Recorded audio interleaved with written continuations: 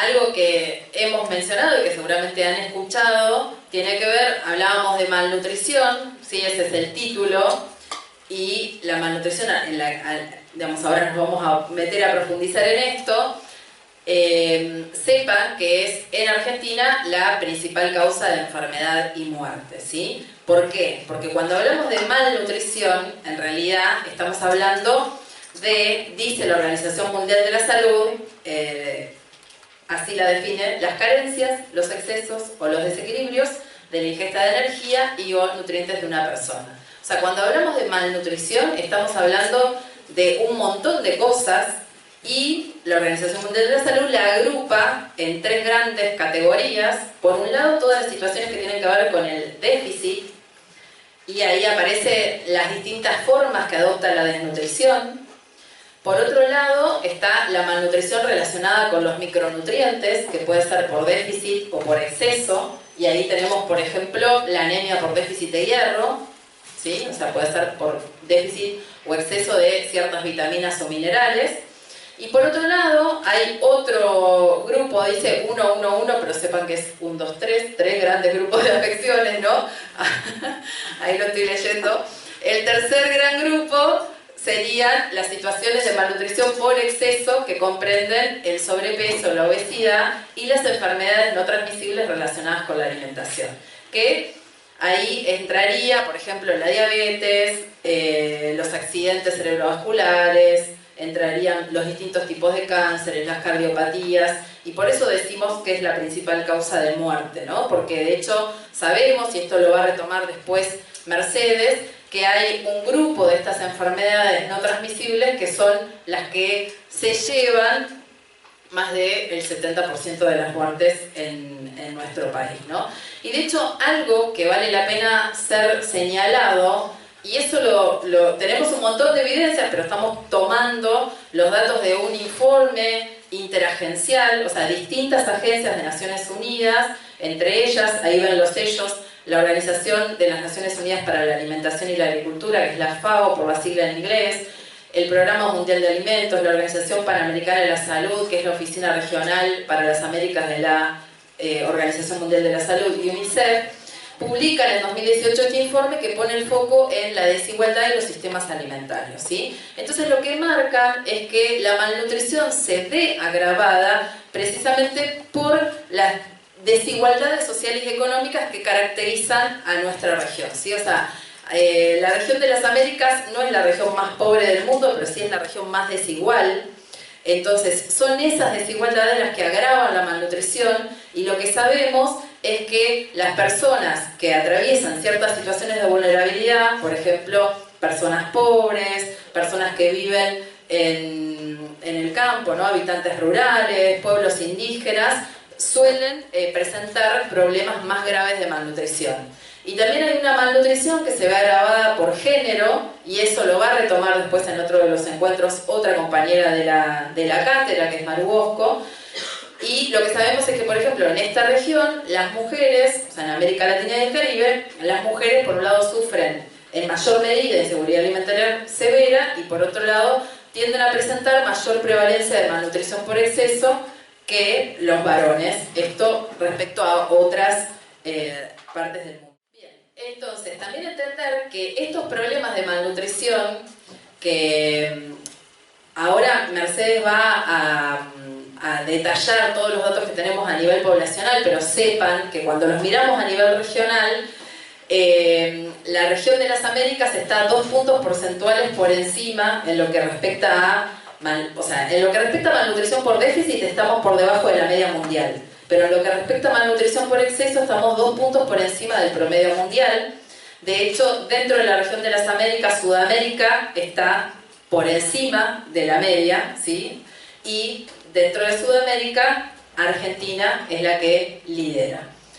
Y esos problemas de malnutrición son el resultado de los profundos cambios que se vienen dando en los sistemas alimentarios, que esas transformaciones vienen siendo fuertemente traccionadas por la urbanización, por el cambio en los patrones alimentarios y también por las nuevas formas de producir y procesar los alimentos, y son precisamente esas modificaciones las que determinan qué cantidad, qué calidad y qué diversidad de alimentos están disponibles para el consumo humano, ¿sí? O sea, como un círculo que se retroalimenta negativamente. Y de hecho esta publicación que se hace en 2018, que es un informe del Grupo de Alto Nivel de Expertos en Seguridad Alimentaria y Nutrición, que habla sobre la nutrición y los sistemas alimentarios, define a los sistemas alimentarios. Hablamos mucho de los sistemas alimentarios, entonces parece oportuno compartir con ustedes la definición. Dice que el sistema alimentario es aquel que reúne todos los elementos, las actividades y los productos de las actividades, así como los resultados socioeconómicos y ambientales.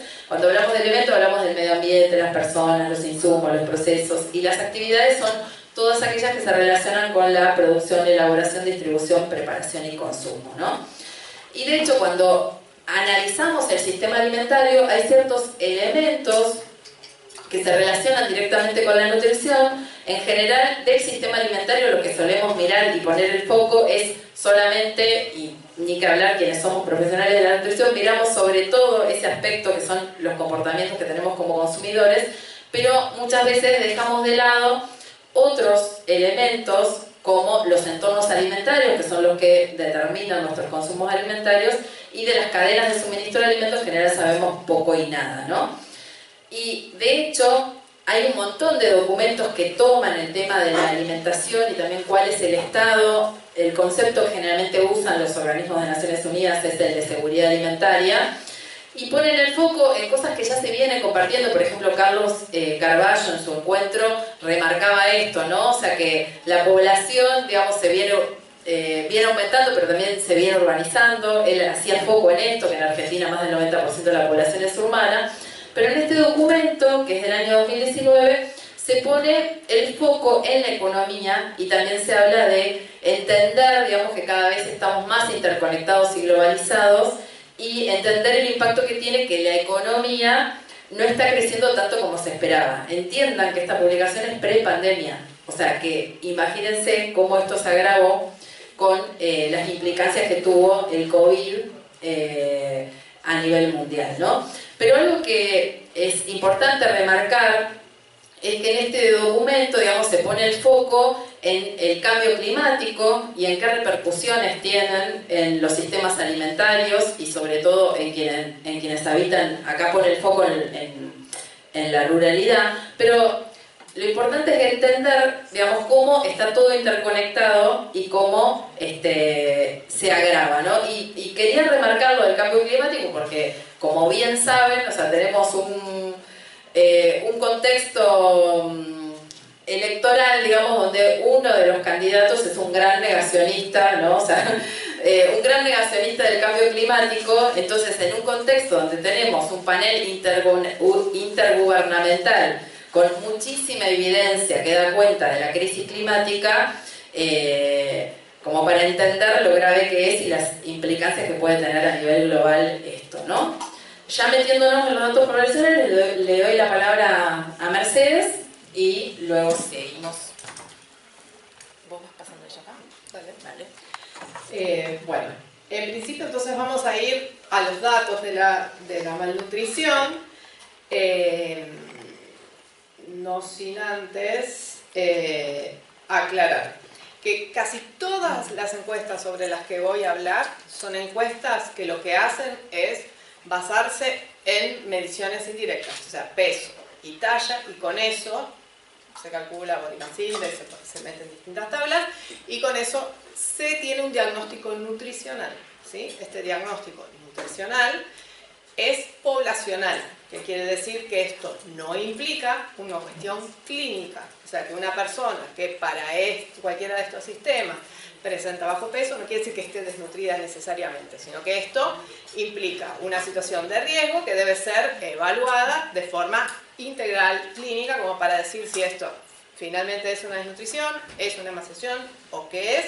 Y lo mismo pasa con el sobrepeso y la obesidad, o sea, que el body mass index esté alterado no siempre va a querer decir que hay un sobrepeso, que hay una obesidad, sino que estamos hablando de el diagnóstico nutricional y no clínico, ¿sí? Salvando esas distancias. Bien, entonces, sobre mortalidad infantil, ¿sí? Amartya Sen lo que dice es que una de las cosas que se ven más fuertemente asociadas con la calidad de vida es este indicador, hablábamos la vez pasada de los indicadores duros, y vemos el de mortalidad infantil. Tengo una secuencia de 1990 a 2018 de varios países, y vemos cómo en todos los países la mortalidad infantil viene descendiendo, lo cual sería una buena noticia para todos los países.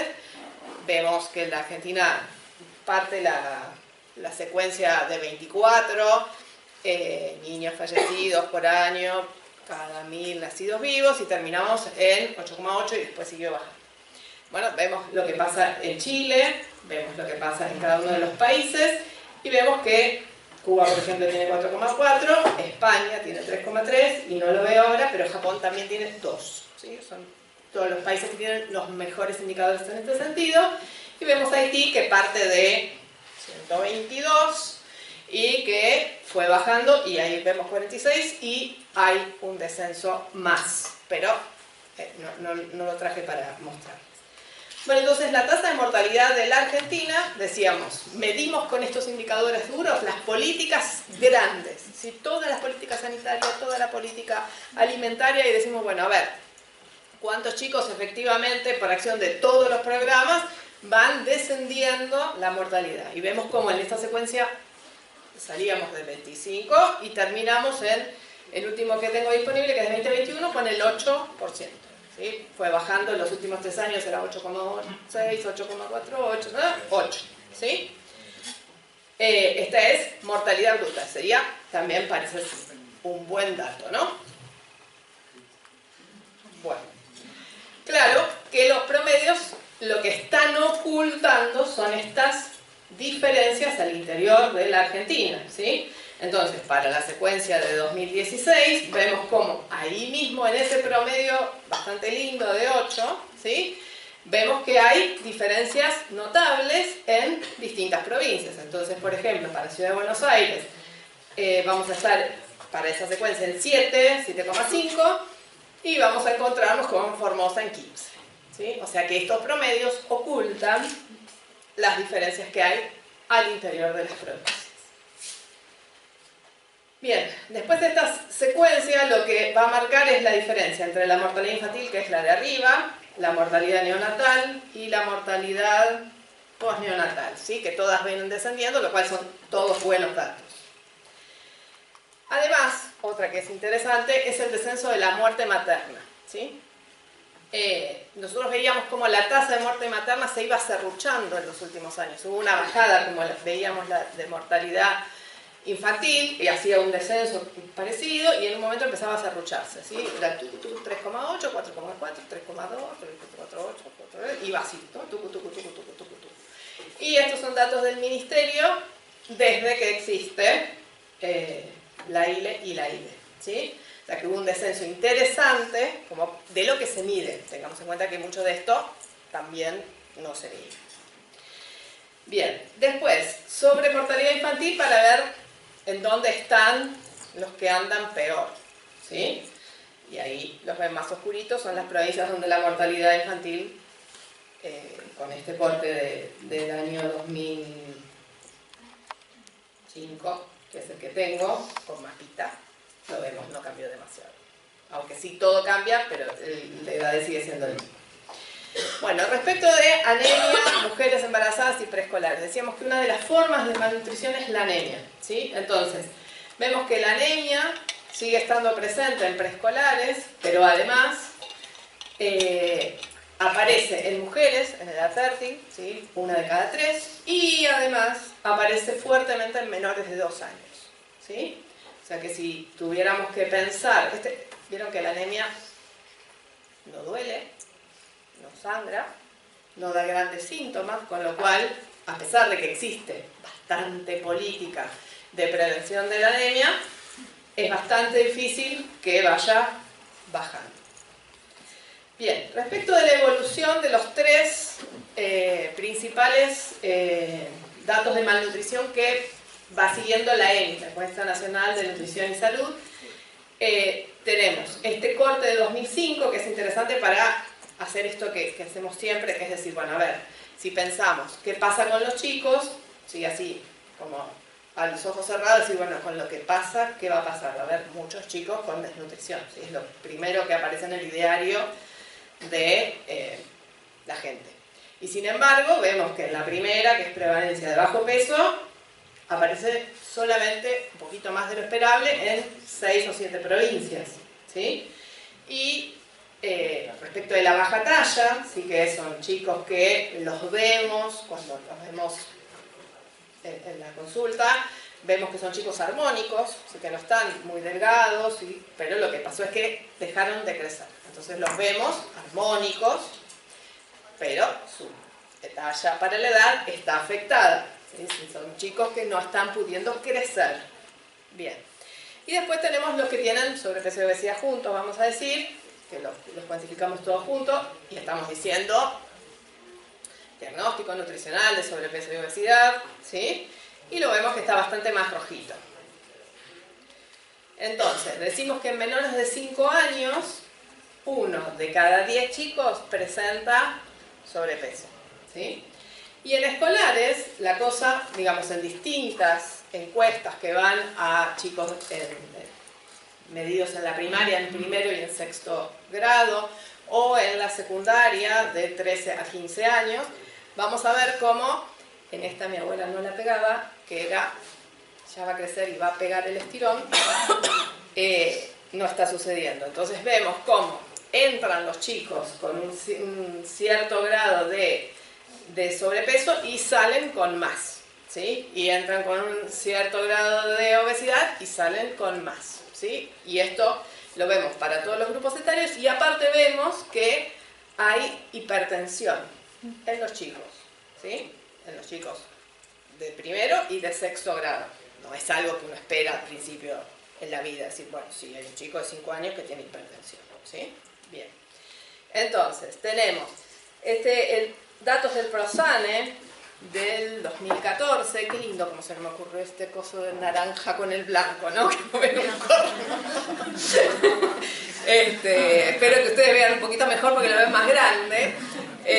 Pero bueno, igual lo que vemos es que es mucho más de lo esperado, ¿sí? Estamos como en 24 para sobrepeso y en 20 para obesidad, ¿sí? Datos del 2014, van a ver cómo esto va con el tiempo moviéndose. 2019, lo que vemos es, por un lado, al inicio del ciclo de primaria, o sea, lo que vemos en verde es la distribución normal, ¿sí? Y la roja es los chicos que efectivamente se pesaron y se midieron poblacionalmente, todos los chicos. Y ahí vemos cómo se desplaza la curva roja para este lado, lo que está mostrando todos los chicos que tienen más peso del que esperaríamos, ¿sí? O sea que claramente acá apenas aparece una pequeña colita de bajo peso, ven que casi ni se ve, y todo lo demás está desplazado para ese lado. Pero cuando están en sexto grado, hacia el final del ciclo, esto es lo que pasa, ¿sí? O sea que se sigue desplazando más todavía la cantidad de chicos que tienen más peso. Bien, entonces allí vemos que el sobrepeso junto está pasando los 48 puntos. Bien. Ok, me parece que es suficiente. Entonces, como les decía, mi abuela decía, ya va a pegar el estirón. Entonces, vemos el primero que dice los chicos.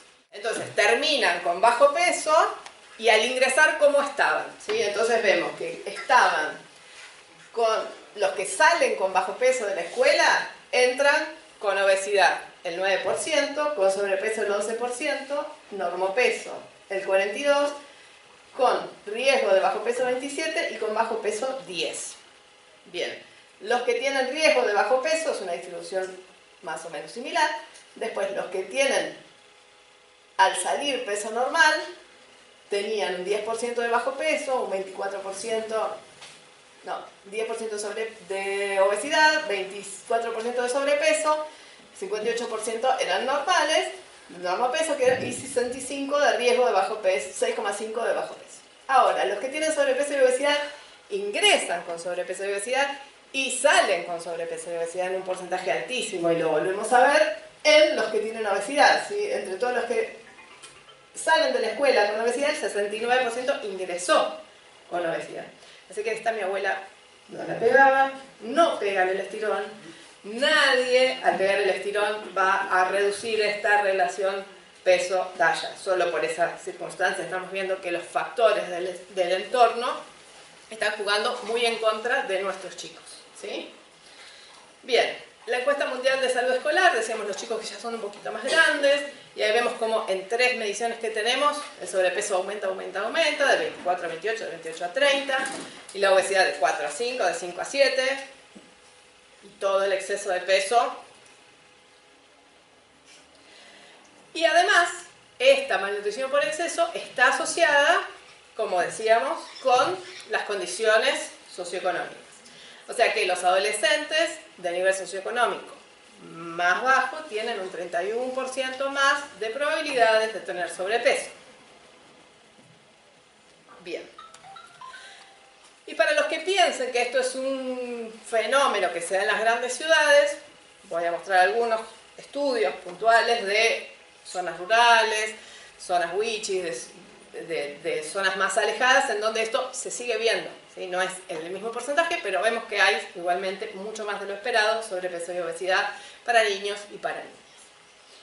Y también vemos la prevalencia de hipertensión arterial, que vieron que la vimos en la ENIS, y hay algunos otros estudios que hablan de que estamos encontrando en distintos estudios más hipertensión de la que esperaríamos, ¿sí? Bien, en adultos, como esto no va mejorando, queda claro. Entonces, a nivel global, las enfermedades crónicas no transmisibles asociadas a años de vida perdidos, para el nivel global es 34%, pero al nivel de las Américas es 55%. O sea que la América en general, en relación al resto del mundo, está peor. Pero la Argentina está peor que peor, es el 67%. ¿Sí? Bien.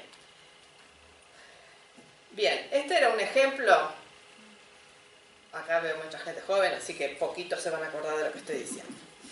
Pero en un momento el presidente Alfonsín, en un discurso, a alguien le grita de abajo, y nos estamos muriendo de hambre, ¿no? Y entonces él lo miró, vio que era una persona con sobrepeso y le dijo, no te va tan mal a vos, gordito.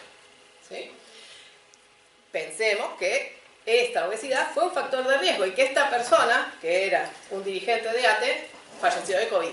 ¿Sí? O sea que sumaron a sus factores de riesgo que ya tenía, que eran muchos, el sobrepeso y la enfermedad a la que tenía menos posibilidad de defenderse, y bueno, no le fue muy bien, pobre.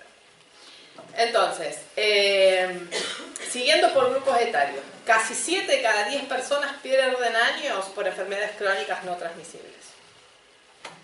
En la Argentina las enfermedades no transmisibles causan el 70% de las muertes. Y vamos a ir a los adultos, ¿sí? La encuesta nacional de factores de riesgo, para ver cómo evoluciona, por ejemplo, la actividad física, ¿sí? Y vemos cómo en las 4 mediciones que se hizo en esta encuesta, que es una medición sobre adultos, ¿sí? Veo unos que me hacen así. Si alguien necesita, me para, porque yo asumo que gente que va entendiendo, me hacen así con la cabeza, yo sigo, ¿sí?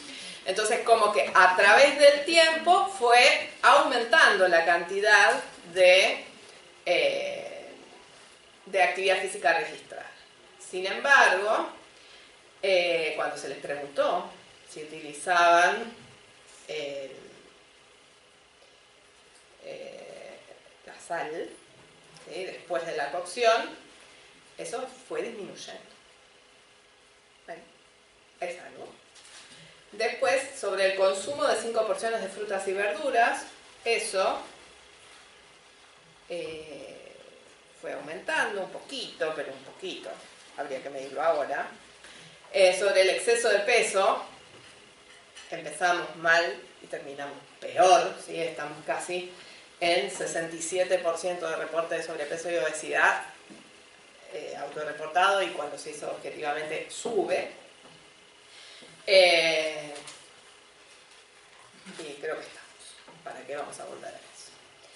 Y sobre otras 3 cosas que mide la encuesta nacional de factores de riesgo, vemos por un lado la presión arterial elevada, que se mantiene más o menos en el mismo lugar, alto, con un porcentaje alto, la prevalencia de colesterol, que también permanece más o menos en aumento, y pasa lo mismo con las personas con diabetes o que tienen la glucemia alterada, que va aumentando y que estaríamos en un 12%, un poquito más, al final, ¿no? Entonces, decíamos, la prevalencia de obesidad a través del tiempo, si lo ponemos por provincias en colorcito, cuanto más oscuro, más prevalencia. En la primera van a ver 2005, 2009 y 2013. Y si no le agregamos la otra, simplemente porque yo no pude hacer el gráfico. Perdón, prevalencia de... Sobre obesidad. Entonces, decíamos... Por el color me tenté. Ay, bueno, so sorry. No, yo les quiero decir, no les vamos a permitir que se lleven los colores. No les vamos a permitir que se lleven los colores. No, no les vamos a permitir. Estamos sangrando por la herida todavía. No les vamos a permitir. Es verdad, tenés razón. Sí, pero no es igual. Bueno, entonces decíamos... de eso, de color. Sí, tienen razón, pero no les vamos a permitir que se queden con los colores. Entonces decíamos, sobrepeso y obesidad para los adultos, cada 10 adultos vamos a tener 6 con sobrepeso u obesidad. 6 y un poquito más. Los que padecen presión alta, entonces decíamos 3, un poquito más, cada 10. Los que tienen diabetes, 4, decíamos 1 y bueno, un poquito más ahora. Esto, ¿no? Y un poco sobre la comparación del consumo alimentario de niños, niñas y adolescentes. Esto es un estudio de FIC y UNICEF, que lo que hicieron fue comparar la situación actual, ¿sí?, con la base de las encuestas poblacionales grandes que tenemos, con lo que dice la guía alimentaria para la población argentina. Bien, entonces vamos a estar acá con los opcionales, son todos estos, ¿sí?, todo esto. Y acá es lo que debería ser, ¿sí?, que esto es lo más grosero de todo. Porque después vemos que si bien hay cereales que son más de lo que se esperaba, no es tan brutal, las carnes y los huevos tienen una diferencia, pero tampoco es tan brutal, la leche y el yogur tampoco, tienen un 3% de déficit, las semillas tienen también 3 puntos más o menos de déficit, pero las frutas y verduras... lo que se cumple es el 2,3 y lo que debería ser es el 14% de la ruedita, ¿sí? O sea que acá hay por lo menos 2 o 3 cosas bastante brutales, como que aparece directamente un espacio de bebidas, como se hace a fuerza de implicancia calórica, que no debería estar, y aparece, ¿sí? Esto deforma, vamos a decir, las recomendaciones que tenemos.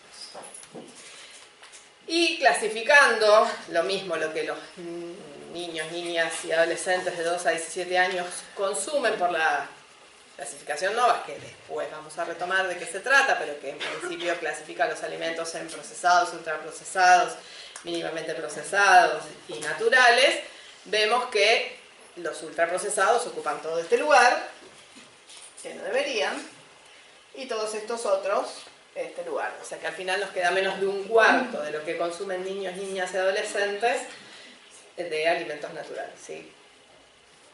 Bueno, si a esto lo comparamos por el nivel educativo de las madres y los padres, vemos que los que tienen malnutrición por exceso, adolescentes, ¿sí?, y sus padres tienen un nivel educativo bajo, tienen más sobrepeso y obesidad, y va descendiendo cuando el nivel educativo es más alto, ¿sí? Había otros estudios antes que nos decían esto, pero es bueno ver si estos se verifican en nuestra población.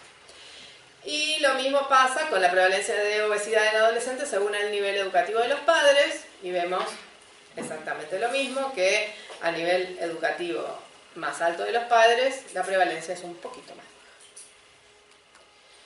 Y con la malnutrición pasa más o menos lo mismo, solo que vamos a ver que hay un bloque de malnutrición que es más fuerte entre los 6 y 12 años, la escuela primaria, el momento de socialización, el espacio en el que aparecen los kioscos, etc. Y que eso se hace un poquito más bajo en la adolescencia, por ahí algo tenía que ver con lo que decía mi abuela. Pero bien.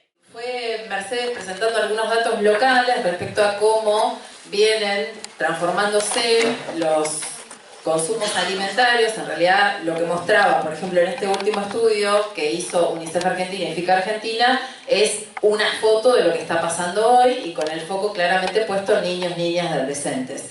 Y lo que queríamos era poder contextualizar esa foto en una película, o sea, entender que en realidad eso que estamos viendo es un fenómeno que viene dándose a nivel global en los últimos años, se viene profundizando, y para eso queríamos mostrar algunas imágenes muy cortitas respecto a cómo se alimenta el mundo, ¿no? Hay un montón de imágenes súper interesantes en este libro, porque en realidad fotografía a distintas familias rodeadas por los alimentos que consume a lo largo de una semana. Y a modo de resumen, hay una pequeña selección, por ejemplo en este caso, una familia de Guatemala rodeada por los alimentos que consume a lo largo de una semana, y poner el foco en que América Latina es una región que se ha caracterizado por tener una alimentación basada en alimentos naturales y en preparaciones caseras hechas en el hogar. Y sin embargo, nuestras dietas se vienen, decimos, occidentalizando, ¿sí? Este es el fenómeno de los últimos años que se ha profundizado con la globalización. Y decimos que se vienen occidentalizando porque vienen adquiriendo estas características, ¿no? Cada vez vemos que hay una mayor cantidad de productos envasados, productos comestibles y bebibles envasados, que incluso los alimentos frescos, si se fijan ahí, aparecen rodeados de plástico, ¿no? Aparecen las carnes, en lugar de que se compren en una carnicería, se compran en el supermercado y aparecen en una bandeja envueltas con un papel film, ¿no? Incluso la locura de que hoy vemos que hay, por ejemplo, una mandarina pelada en gajos en una bandeja envuelta con papel film, ¿no? O sea, nuestras dietas se van plastificando y aparecen también cada vez un mayor número de lo que llamamos alimentos servicio o productos listos para consumir, incluyendo los deliveries. Y lo que vemos en este libro es una imagen de una familia mexicana que es muy parecida a lo que sucede en Argentina, ¿no? O sea, hay todavía una presencia de alimentos frescos que nos invitan, digamos, hacemos todavía algunas preparaciones caseras en nuestros hogares, aunque hay algunos productos ultraprocesados que ya tienen un lugar ganado en nuestras alacenas, por ejemplo, los cereales para desayuno, por ejemplo, los vemos ahí en la esquina, ¿no? Las galletitas de agua, ¿no? Hay algunos productos que ya, digamos, están en la mayoría de los hogares, y también vemos ahí agua envasada y en la mesa una gran cantidad de botellas de bebidas azucaradas, ¿no? Y de hecho, esta es una foto, como les decía, de México, que es uno de los países que junto con Argentina disputan el podio mundial de bebidas azucaradas. Argentina, México, Chile y Estados Unidos están ahí peleándose cabeza en cabeza, y algunos años lo hemos ganado. Esto nos gusta ser los campeones de todo, hasta del consumo de bebidas azucaradas. Y de hecho hay algunos datos, por ejemplo Euromonitor, que se dedica a monitorear los consumos alimentarios, que da cuenta de que, por ejemplo, en 2012 fue Argentina la que lideró el consumo con 137 litros por habitante por año. Vieron que Mercedes habló de unas estadísticas que usamos un montón en relación a las guías alimentarias y a la clasificación NOVA. Pero nos parecía importante ponerle foco en qué es, en la definición y en lo teórico, por si hay gente también que no es nutri. A ver, hay muchas nutricionistas o que están en tema. Bueno, bien, quería saber eso. La clasificación NOVA, el sistema NOVA.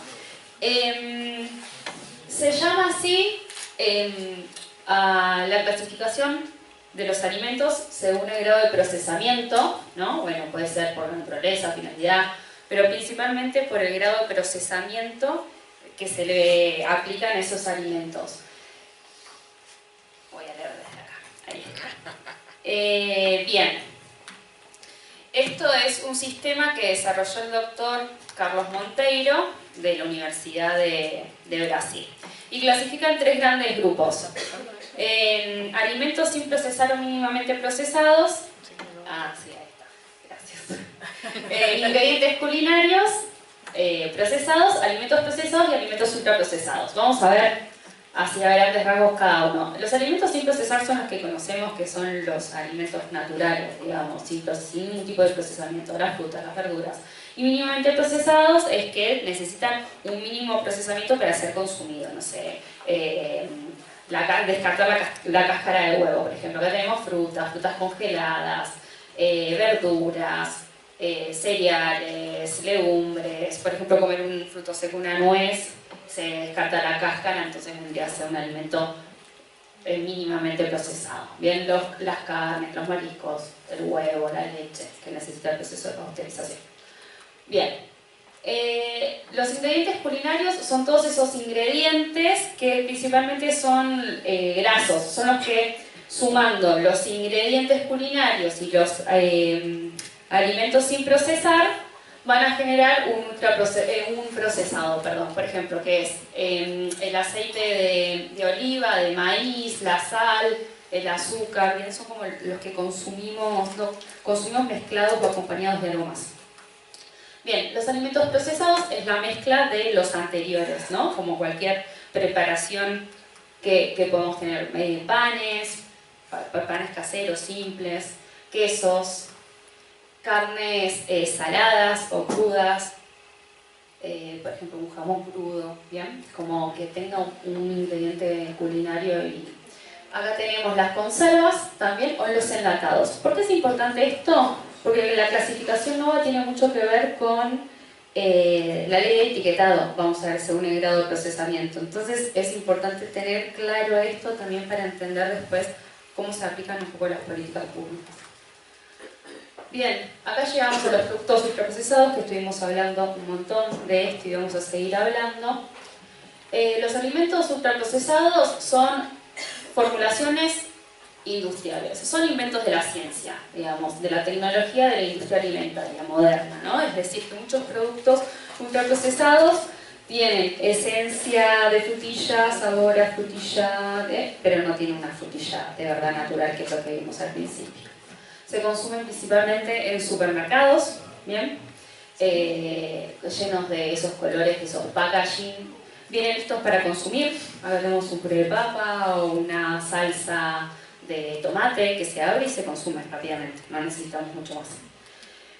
Otra de las características es que están fortificados, ¿no? Que se le agregan, como se crean, se le sacan cosas en esa creación, pero además se le agregan cosas extra. Por ejemplo, un yogur que tiene extra en calcio, extra en proteínas, la leche, o sea, siempre se le agregan cosas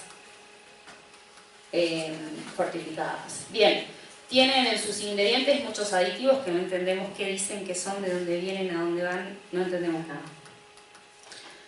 Bien, algunas de las características que tienen estos ultraprocesados: tienen una muy baja calidad nutricional, es decir, que tienen mucho exceso de nutrientes críticos, sodio, grasas. Bien, son muy sabrosos y casi adictivos. ¿Por qué decimos esto? Vimos en la clase pasada, ¿se acuerdan? Los videos, así que me pareció como traerlo. No es algo individual, sino que es algo que están diseñados para que abramos un paquete y hasta que no se termine ese paquete no podemos parar de comerlo. No es que es la persona que no lo puede comer, están diseñados para eso. Bien, están diseñados y imitan alimentos reales y que están erróneamente vistos como alimentos saludables. Nos pasa también el tema de la porción justa y demás, pero por ejemplo tenemos acá un turrón que se ve como algo saludable, o una barrita de cereal que de repente empezaron a aparecer con sellos. Está buscando las fotos y están ahí actualizados. Bien, y fomentan el consumo del snack, ¿no? De estar picoteando siempre, de tener algo a mano, de comer constantemente estos productos que nos resultan constantemente muy atractivos. Bien, características, vamos a seguir. Se anuncian de manera energética y se comercializan, es decir, que conseguimos siempre 2x1, 3x4 el precio. Vamos caminando y tenemos muchos colores llamativos que nos dicen que lo consumamos. Tenemos la publicidad en la tele, en la calle, en la radio, en las bandas de música, en todos lados, con pantallas, con colores, cosas que a veces ni siquiera registramos y sin embargo están ahí. Bien, después son social y ambiental y también destruyen el medio ambiente, ¿no? Con esta producción de plásticos o de cosas innecesarias. O, por ejemplo, el sacar a las personas desde la cocina, desde lo natural, lo vimos en el primer eje, de respetar también la alimentación como un eje sociocultural. Ahí tenemos unas heladeras, por ejemplo, en entornos escolares, que venden gaseosas a los niños, principalmente enfocado a los más pequeños, y fomentan el tema de la malnutrición y las enfermedades químicas no transmisibles, el consumo de estos productos ultraprocesados. Bien, hablamos también de las guías alimentarias. Estos así son como conceptos para que los tengan, para que después cuando vengan las estadísticas los puedan comparar. Bien, esto de las guías alimentarias. Las guías alimentarias, cada uno de los países, más de 80 países tienen su guía alimentaria. Y lo que tenemos acá es en relación a la importancia de agregar esta clasificación NOVA en las diferentes guías. Por ejemplo, esta es la de Uruguay, donde vemos que con ejemplos claros y sencillos se pueden ver la clasificación de ultraprocesados, procesados y productos naturales, para que puedan ser aplicados rápidamente para la población. Vemos que Brasil también incorpora una mirada un poco más global, no solo centrándose en el eje de los nutrientes, sino también mirándolo como alimentos. Bien, principios que orientaron la elaboración de las diferentes guías que creemos que es importante. ¿Van bien? Sí. Los veo muy callados. Bien.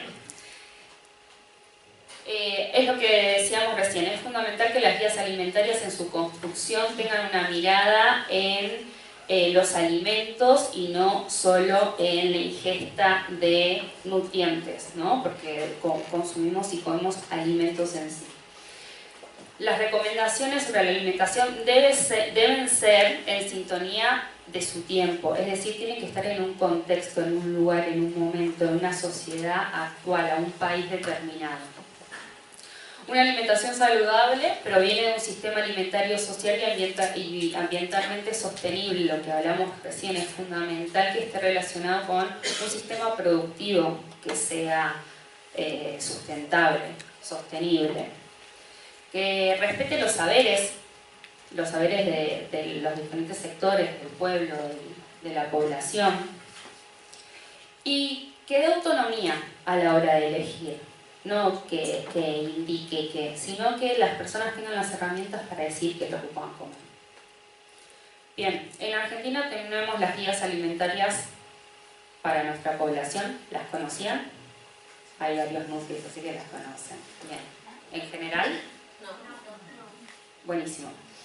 Las guías alimentarias, las primeras guías alimentarias de nuestro país se publicaron en el 2000, lideradas por la Federación Argentina de Graduados de Nutrición, porque anteriormente usábamos la pirámide de Estados Unidos, ¿no? Entonces fue un gran proceso de que se hayan publicado en el 2000 estas primeras guías alimentarias que tenían un óvalo con 10 mensajes. Como dijimos que tienen que estar actualizadas constantemente, en el 2016 se actualizaron, lideradas por el Ministerio de Salud, coordinadas por el Ministerio de Salud, y se publicaron las segundas guías alimentarias de la población argentina actualizadas en el 2016, que cuenta con diferentes grupos de alimentos. Ustedes no lo están viendo. Ahí está.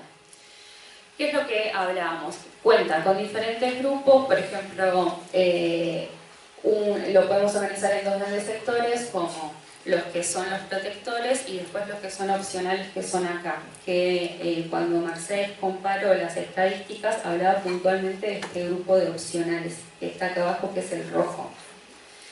Que ese grupo es el que concentra mayor los ultraprocesados, digamos. El resto tenemos frutas y verduras, leche, yogur y queso, carnes y huevo, aceite, semillas. Bien. Además en el centro está el agua y tenemos mensajes sobre actividad física y el consumo de sal. Algo que quiero decir y que no me quiero olvidar que es importante, que tenemos que revisar nuestras guías alimentarias, que están en actualización actualmente, es porque no tienen la perspectiva de la clasificación NOVA que estuvimos hablando recién, ¿no? Porque tienen la gran clasificación acá en el grupo opcionales, pero si nosotros tenemos un yogur que es ultraprocesado, se clasificaría en el grupo de leche, yogur y queso, entonces no estaría como dentro de las opcionales. ¿Quieren agregar algo de esto? La idea es incluir en la pirámide procesados y ultraprocesados, es decir, sacarlo. Es decir, la pirámide no está. No está en la pirámide. No hay pirámide. La pirámide es de Estados Unidos. Ah, ok, bueno. La pirámide es de Estados Unidos. Después hubo un gran proceso en nuestro país y elaboramos, se publicó en el 2000, estas primeras guías alimentarias, que es una forma de gota. Como quedó fuera desactualizada, se actualizó y se publicó esta gráfica, este círculo, que se clasifica en diferentes grupos. Y ahora, en la semana pasada, tuvimos una reunión con el Ministerio, una charla con el Ministerio de Salud y nos contó que están actualizando, que están en varias etapas que llevan tiempo, es un proceso, que las están actualizando y están teniendo una mirada con clasificación NOVA, pero actualmente tenemos estas guías. NOVA es la de procesados y ultraprocesados. Sí. Otra cosa, sí. ¿No sería interesante la parte amarilla de cereales, en vez de poner cajitas y panes que a veces son ultraprocesados, granos, legumbres y pseudocereales directamente? Un choclo. Va a mejorar mucho Sí.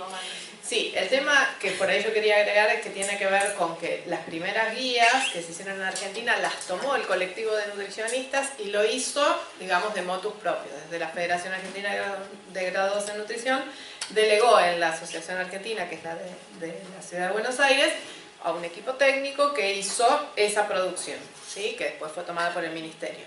Pero en el proceso del 2016, el Ministerio, todavía en este proceso que todos estamos haciendo, de ver que los conflictos de interés con la industria alimentaria, farmacéutica y tabacalera inciden en las decisiones que se tomaron y incluyeron en estos comités personas que no sabíamos si tenían o no conflictos de interés. De manera que, por ejemplo, ella lo iba contando y a mí se me saltaba, ¿no? Una experiencia que, claro, los opcionales fue el aporte de un centro de investigación que tenía conflictos de interés y quedó en las guías. Entonces también es verdad que las guías son y plasman el proceso que nos dimos para tenerlas. Es mejor tener guías que no tenerlas, por supuesto, y es verdad que ahora el Ministerio de Salud, como todos los ministerios, el Ministerio de Modernización, también tienen esta obligación de pedir para los comités la declaración de conflictos de interés. Y también en este nuevo proceso, los que participan en el comité interno tienen que declarar que no tienen conflictos de interés. Yo quiero sumar esto que está diciendo, y ahora te doy la palabra, que un gran cambio en este proceso de actualización es que, por recomendación de FAO, la Agencia de Naciones Unidas para la Alimentación y la Agricultura, las guías alimentarias históricamente han sido basadas en alimentos, que era lo que remarcaba Clara antes, ¿no? En lugar de poner el foco en los nutrientes, ponen el foco en los alimentos, que en definitiva es lo que las personas comen.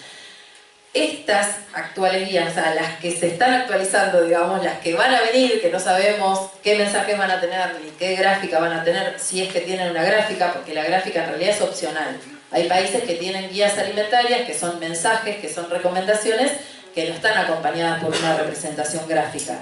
Hay otras, como lo que hicimos en Argentina, que son los mensajes acompañadas de un icono o de una gráfica, que fue un óvalo, como bien señalaba recién Clara, y que luego pasó a ser una forma circular, como bien se ve en esa imagen. Pero ahora, el proceso de actualización que impulsa y acompaña la FAO en Argentina es poder elaborar unas guías alimentarias basadas en sistemas alimentarios. O sea, ahí hay un salto. Y tiene que ver con esto que hablábamos al principio, ¿no?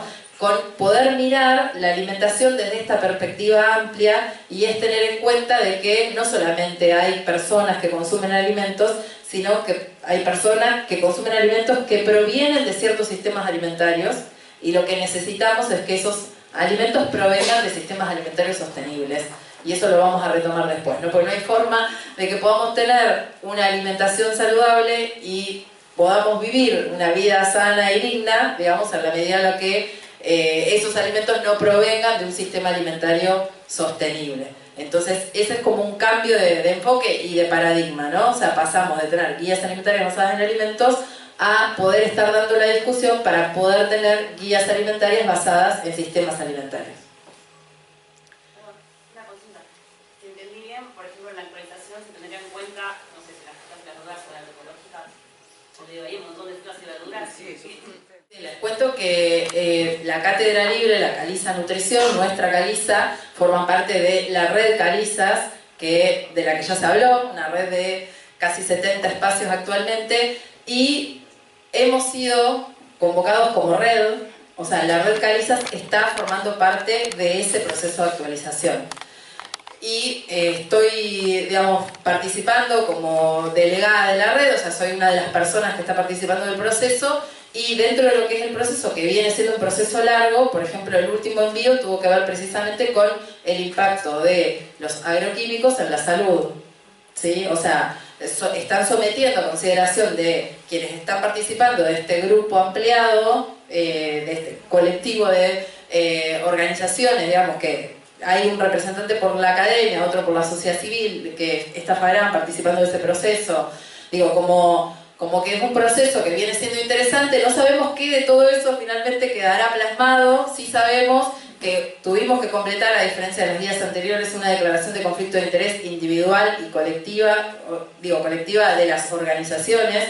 O sea, hay un proceso que viene teniendo ciertas características que no había tenido el proceso anterior, y sí hay temas que se están sometiendo a consideración que antes nunca habían sido abordados. Ahora, ¿qué va a pasar después? No sabemos. O sea, estamos en un proceso, o sea, lo que están haciendo es sometiendo a consideración, digamos, enviando a quienes estamos participando del proceso, en este caso a la red Calizas, como actor, los informes que vienen haciendo. O sea, vienen haciendo revisiones que se llaman paraguas, que son revisiones sistemáticas de revisiones sistemáticas.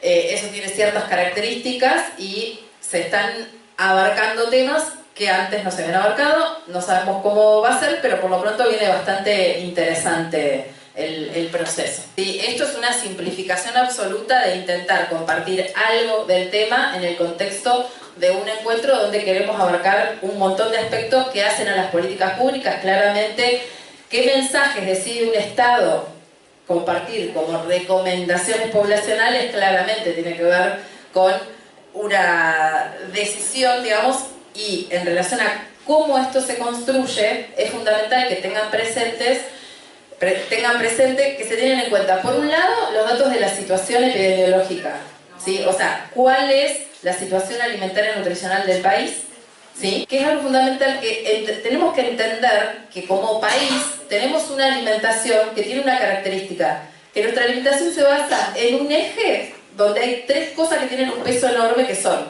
la carne, la leche y el trigo. O sea, la alimentación a nivel país se basa en eso, y hay muchísimos datos que dan cuenta de cuáles son nuestros consumos alimentarios, y somos un país que consumimos muchísimo más carne, y en particular carne vacuna, que el resto de los países del mundo. Consumimos muchísima cantidad de leche y derivados lácteos, y nuestra alimentación, por ejemplo, digo, para que entendamos el peso del trigo, el 84% de los cereales, lo decíamos la vez pasada en uno de los primeros encuentros, el 84% de los cereales que consumimos son trigo, ¿no? O sea, como es el eje de nuestra alimentación, y se tienen en cuenta los consumos poblacionales al momento de elaborar las recomendaciones poblacionales, porque es cierto que en nuestro país se vienen transformando, que vienen aumentando los ultraprocesados, y que también vienen aumentando, y hay cada vez más personas que eligen una alimentación basada en plantas, algunas 100% basada en plantas. Es cierto, hay un porcentaje creciente de población que elige ese tipo de alimentación,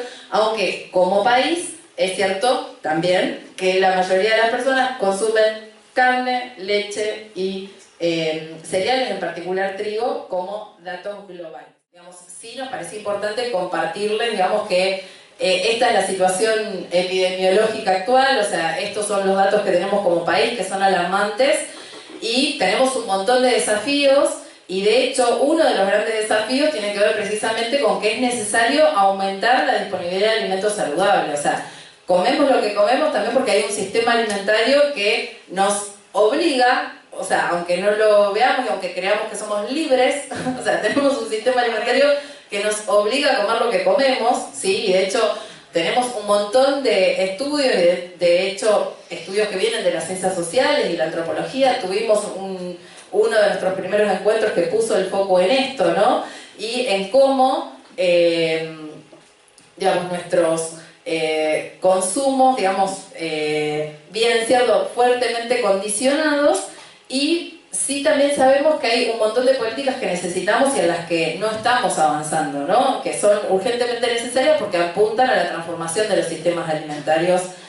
Y en ese sentido, acá hacíamos hincapié en que para poder aumentar la disponibilidad de alimentos saludables necesitamos, por ejemplo, apoyar la agricultura familiar, campesina, indígena, los circuitos cortos de comercialización.